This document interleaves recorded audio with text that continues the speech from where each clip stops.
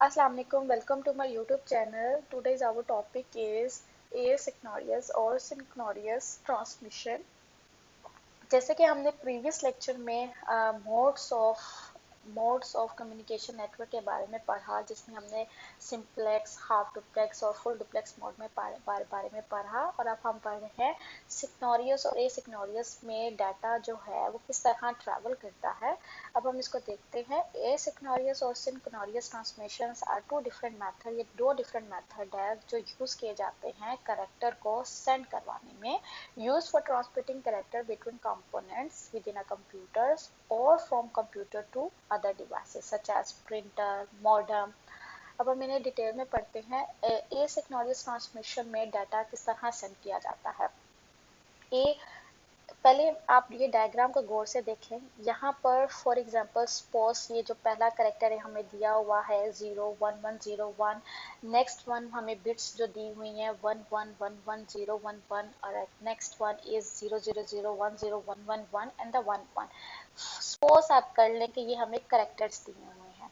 तो कंप्यूटर को तो करेक्टर्स नहीं पता कि करेक्टर्स क्या होते हैं। तो बेसिकली कंप्यूटर उसको करेक्टर्स को जब जो भी आप करेक्टर सेंड करता है रिसीवर की साइड में, वो किस में कन्वर्ट किया जाता है, बाइनरी फॉर्म में कन्वर्ट किया जाता है।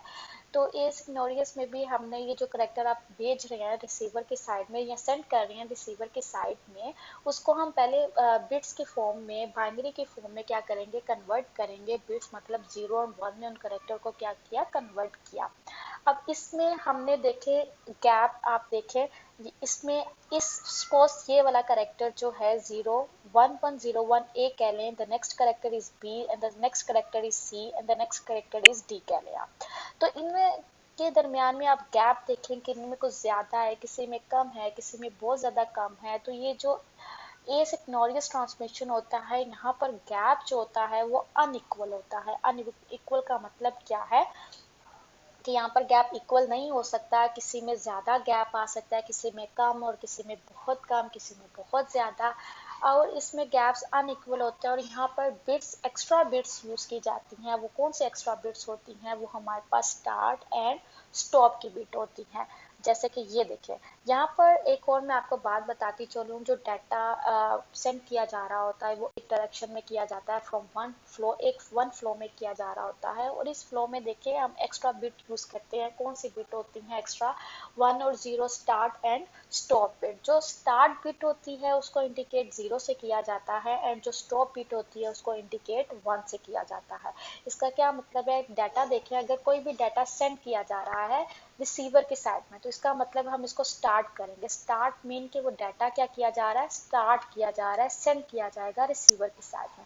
जब वो डाटा सेंड हो जाता है तो हम लास्ट बिट में उसको लास्ट में क्या लगा देते हैं, 1 लगा देते हैं कि वो जो बिट है वो सेंड हो गई है रिसीवर की साइड में, वो डाटा सेंड हो चुका है। तो इसलिए हम उसको डाटा को किससे इंडिकेट करेंगे, 1 से करेंगे कि वो डाटा रिसीव हो चुका है रिसीवर की साइड में।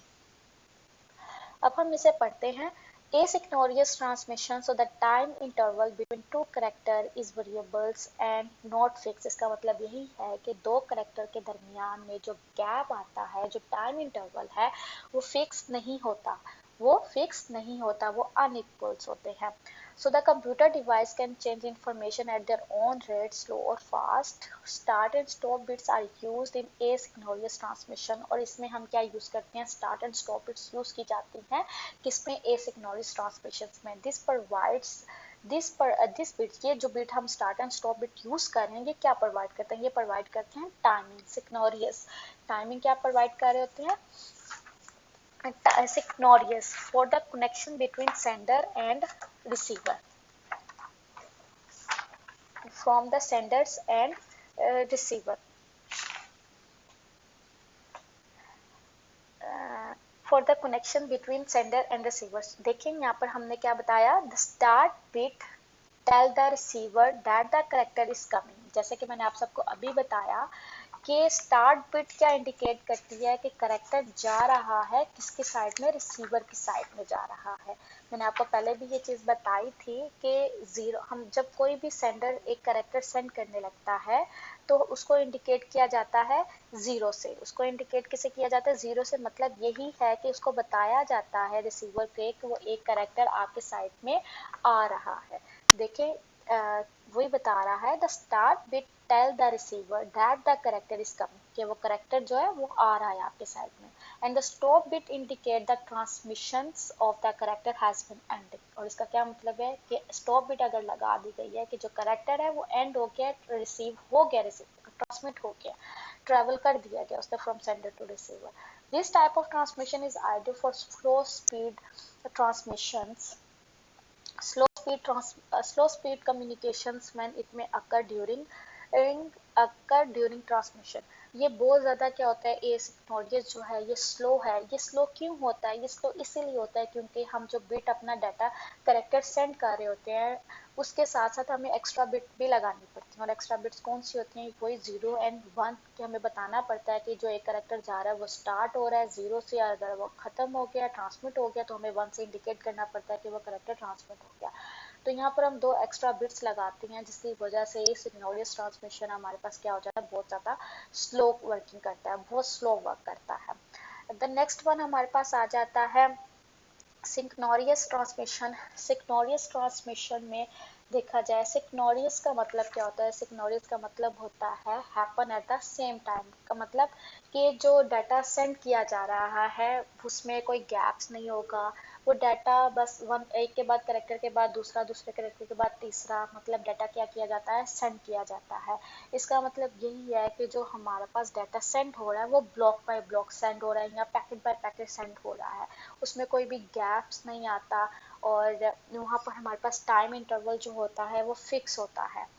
यहाँ पर देखिए एग्जांपल में भी आप देखें जो डाटा सेंड हो रहा है उसमें कोई भी गैप्स नहीं है, तो ये इक्वल गैप्स है, इक्वल टाइम इंटरवल्स बता देता है।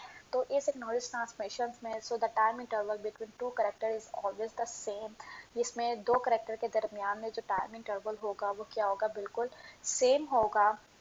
इन this method two communicating device are synchronise. इसके दरमियान में जो 2 कम्युनिकेटिंग डिवाइस है वो सिग्नो मतलब उसमें टाइम इंटरवल क्या होगा, सेम होगा। And they continue to send character in order to remain synchronise even if there is no data to be transmit. अगर आप कोई भी डाटा क्या कर रहे हैं, सेंड नहीं कर रहे, तो उसके लिए क्या यूज होता है, special idea character is sent when there is no data of transmission. It does not require the transmission of start and stop bit. मतलब सिग्नोरियस ट्रांसमिशन में जब हमारे पास गैप नहीं है तो टाइम इंटरवल फिक्स है, तो इसके लिए हमें स्टार्ट एंड स्टॉप फिक्स की रिक्वायर्ड ही नहीं है। तो जहाँ पर हमें स्टार्ट एंड स्टॉप रिक्वायर्ड नहीं है तो हमें इसकी स्पीड क्या होगी, हैज़ बिल्कुल इसकी स्पीड क्या होगी, फास्ट होगी has compare to asynchronous transmission से।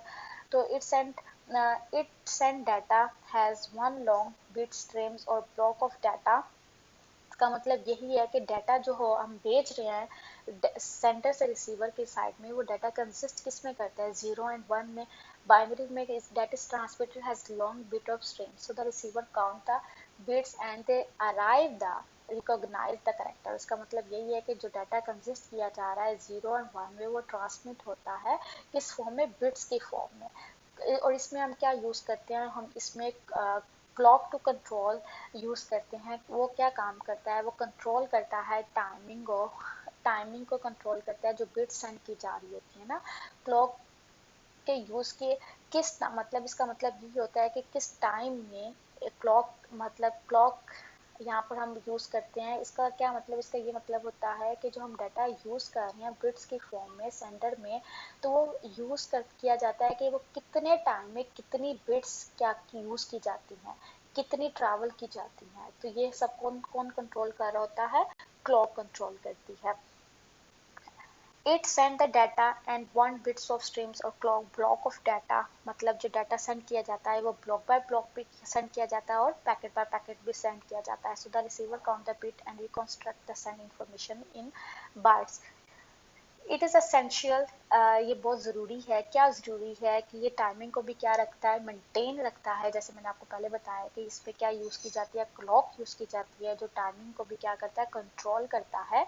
सो it is essential that timing is maintain and there is no start and stop bit. और इसमें कोई भी start and stop bit use नहीं की जाती और इसमें कोई भी गैप नहीं होता, जिसकी वजह से इसकी स्पीड क्या होती है, बहुत ज़्यादा फास्ट होती है। तो asynchronous transmission is faster than asynchronous, so the synchronous transmission is faster than asynchronous transmission because the fewer bit have to be transmitted. For example, only the data bits only the data bits and no extra control bits are sent। मतलब इसमें से का मतलब यही है कि data वही send होगा जो आपने सेंड करना है, इस पे कोई भी एक्स्ट्रा बिट जैसे कि स्टार्ट एंड स्टॉप बिट हम यूज़ करते हैं एसिग्नोरियस पे, वो सेंड नहीं होनी होती। तो इसी वजह से इसकी स्पीड क्या होती है, थोड़ी सी फास्ट होती है। So the best example of the Signorius transmission is the data transmission between devices in the network communication link. Thank you so much for watching this video.